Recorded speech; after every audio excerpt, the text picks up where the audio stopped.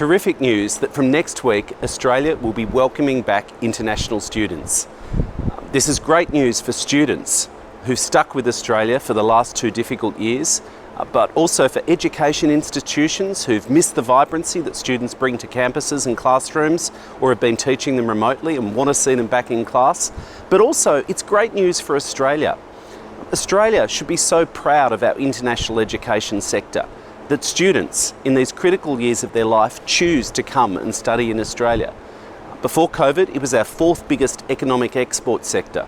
So 240,000 plus Australian jobs relied on international education, but the internationalisation of our curriculum and classrooms is priceless. I want to thank students though who stuck with Australia through the most difficult of times, with the uncertainty. For many students who'd almost completed their degrees, their lives have been in limbo. They couldn't finish, for example, the last year or 2 of a dentistry course or a medicine course online, so they've just been stuck waiting for this moment. But I also think that it's time that the Australian government apologised for the way that they've treated international students. Last year, as the pandemic broke out, the Prime Minister told students literally to go home if they didn't like it.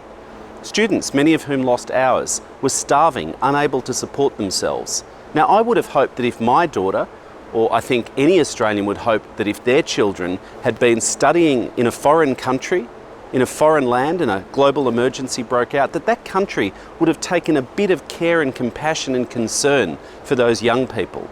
But instead, the Australian government did almost nothing to support students. So I thank students, and I call on the Prime Minister to do the right thing and apologise to them.